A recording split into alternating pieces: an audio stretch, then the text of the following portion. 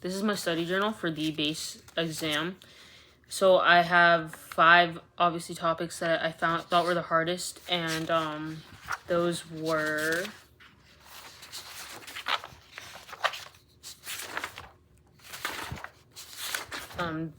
the specifics of gel electrophoresis. I had a hard time understanding exactly how it worked and what components went into it. And so what I did is I went through the paper study guide, and I took notes on my iPad, and I went through every single subject and really put it in my own words and tried to write it down and commit it to memory. And then the other problems that I had were anaerobic versus aerobic respiration. I just didn't know the specifics of that as well, as far as like examples of it go, and like which elements were involved in each process. And so I also went through the study guide and then wrote my own Venn diagram and kept writing the Venn diagram until I was able to memorize it. And then that is how I learned that as well. And then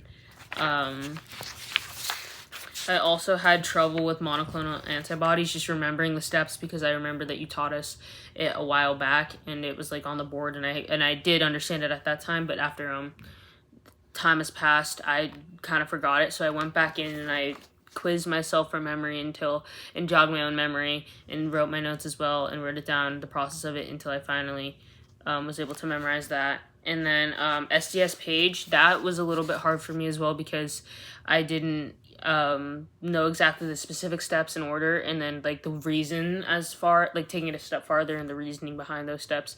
So I went and I looked through your video, and then I also wrote it down on my own notes, and I rewrote and I practiced the practice exam for it, and I did do that as well to jog my own memory. And then my final topic that I thought was confusing was the PCR, just more so the specifics once again.